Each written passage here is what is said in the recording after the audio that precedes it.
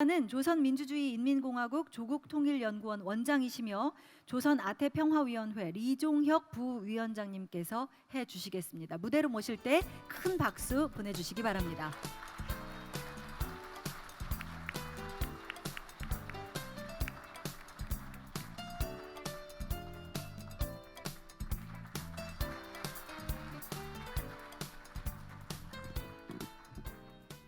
내외 참석자 여러분, 나는 먼저 여기 경기도 고양시에서 2018 아시아 태평양의 평화와 번영을 위한 국제대회가 열리기까지 많은 수고를 해왔으며 우리 대표단을 초청하고 정중히 맞아준 아태평화교류협회 회장 안부수 선생과 경기도지사 리재명 선생, 경기도 고양시 시장 리재준 선생을 비롯한 대회 조직자 측과 여러 정당 대표들, 고양 시민 여러분에게 따뜻한 동포애적 인사를 전합니다.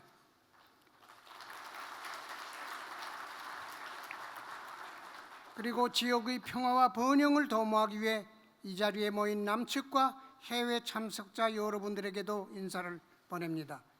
나는 이번 대회에서 제2차 세계대전과 태평양 전쟁 당시 일본의 강제 동원 실태와 진상규명에 관한 문제가 논의되는 데 대해 공감하면서 일제의 조선인 강제 납치 및 현행 만행의 실태와 그 해결 과제라는 제목으로 발언하려고 합니다.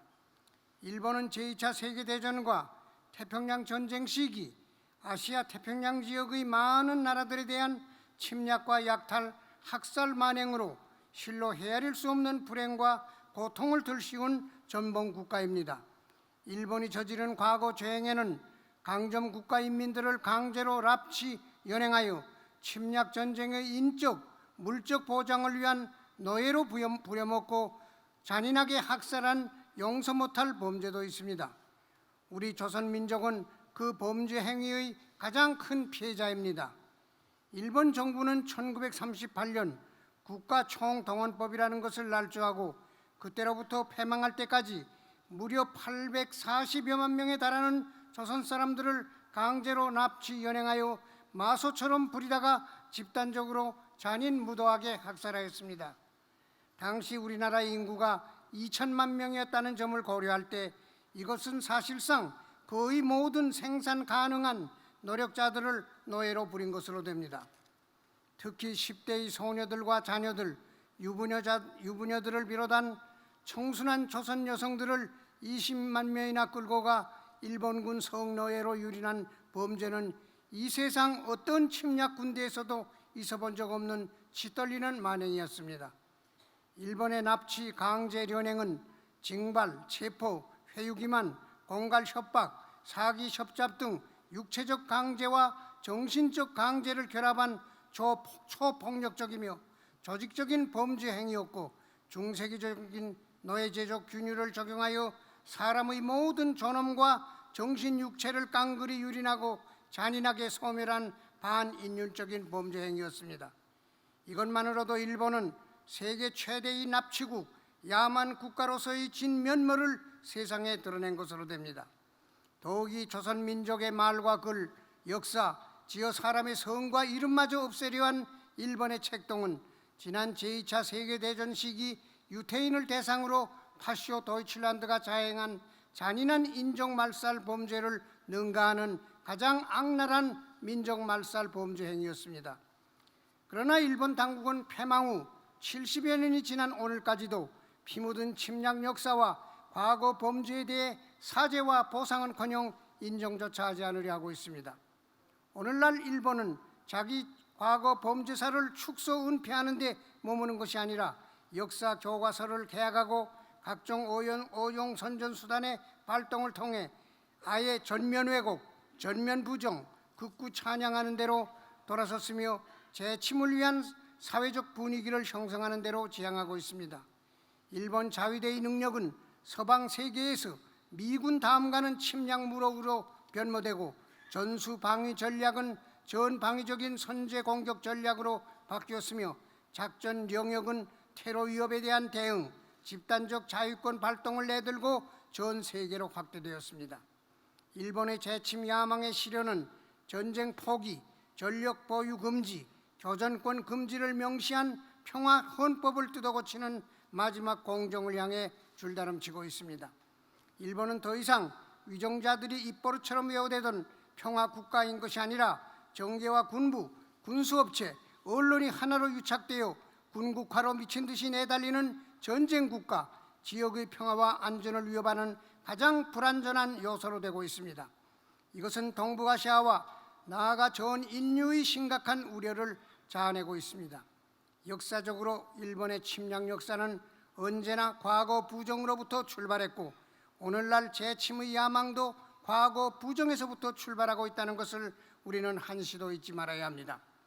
하다면 일본의 조선인 강제 납치 및 연행의 범죄 역사를 제대로 청산하기 위한 해결 과제는 무엇이겠습니까?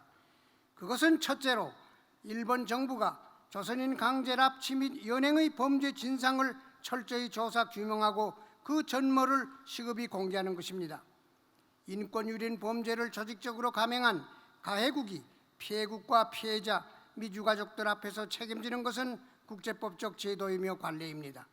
그런데 일본 당국은 한 민족의 씨를 말릴 대량 납치, 연행, 학살 만행을 저지르고도 그 역사적 기록과 범죄 증거들이 지속적으로 밝혀지고 있으며 국제법적 요구가 있음에도 불구하고 전후 처리 문제는 이미 해결됐다는 궤변을 고집하면서 오늘까지도 국가적 책임을 회피하고 있습니다. 일본 당국은 이제라도 조선인 강제 납치, 연행과 관련한 모든 진상을 철저히 조사 규명하여 세상에 공개하는 결단을 내려야 할 것입니다.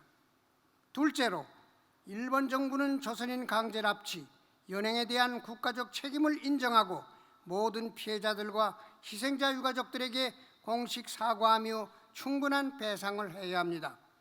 일본과 같은 전범 국가였던 도이칠란드는 지난 기간 세계 80여 개 나라에서 살고 있는 나치스 시대의 강제노동 피해자 172만 9천 명에게 28억 7,600만 유로의 보상금을 지불하였습니다.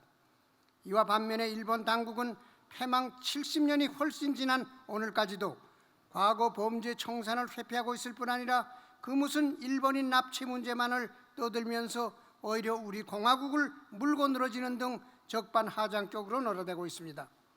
얼마 전 조선인 강제징용 피해자들에게 보상할 때 대한 남측 법원의 판결이 나왔음에도 일본은 저들이 보상할 문제가 아니라고 우겨대고 있습니다. 우리 전체 조선 민족은 조선인 강제 납치, 연행, 만행에 대한 일본의 솔직하고도 진정 어린 반성과 사죄, 충분한 배상을 강력히 요구합니다. 셋째로 일본 정부는 유가족들의 요구에 따라 희생된 조선인 강제 납치, 연행 피해자들의 유해를 모두 찾아 그들의 고향 또는 가족들이 사는 곳에 안장하기 위한 실천적 조치를 취해야 할 것입니다. 지금 저 일본 땅 곳곳에는 아직도 일제에 의해 강제 납치, 연행됐다가 원통하게 희생되어 고국으로 돌아오지 못한 조선인 강제징용자들의 유골이 묻혀있고 그들의 원혼이 구천에 떠돌고 있습니다.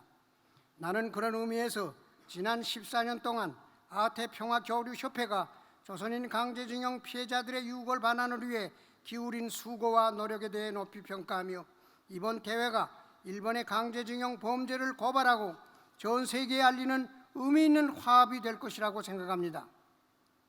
여러분, 지금 조선 반도에서는 극적인 변화들이 연이어 일어나고 있습니다. 올해 정초 북과 남이 과거에 얽매이지 말고 북남 관계를 개선하며 자주 통일의 돌파구를 열어나갈 때 대한 열렬한 애국 애족의 호소에 따라 제23차 겨울철 올림픽 경기대회에서 북과 남의 뜨거운 마음이 하나가 되어 펼쳐 보인 감동적인 모습들은 동족의 피는 물보다 진하다는 것, 그리고 평화는 전쟁에 비할 수 없이 고귀하고 힘있는 것이라는 것을 만천하에 증명해 보았습니다. 단 몇 달 사이에 세 차례의 북남 순회 상봉과 조미 순회 상봉이 이루어지고 역사적인 북남 공동 선언들과 조미 공동 성명이 채택된 것은 조선 반도는 물론 아시아 태평양 지역에 도래하는 평화의 시대, 역사의 새로운 출발을 알리는 장엄한 선언이었습니다. 민족의 화해와 평화, 자주 통일과 번영회로 향한 성스러운 대행진은 이제 그 무엇으로서도 막을 수 없는 강렬한 희망과 확신이 북과 남 결의의 가슴마다에 꽉 차고 넘치고 있습니다. 이제 우리는 여기서 발걸음을 멈출 수도 주춤거릴 수도 없습니다. 오늘 북남 관계에서 일어나고 있는 경이적인 사변들은 북과 남이 손을 맞잡고 일본의 과거 죄악을 파헤치며 다시는 우리 후대들에게 불행한 역사가 반복되지 않도록 하기 위한 공동의 노력에도 긍정적 조건과 환경을 조성하고 있습니다.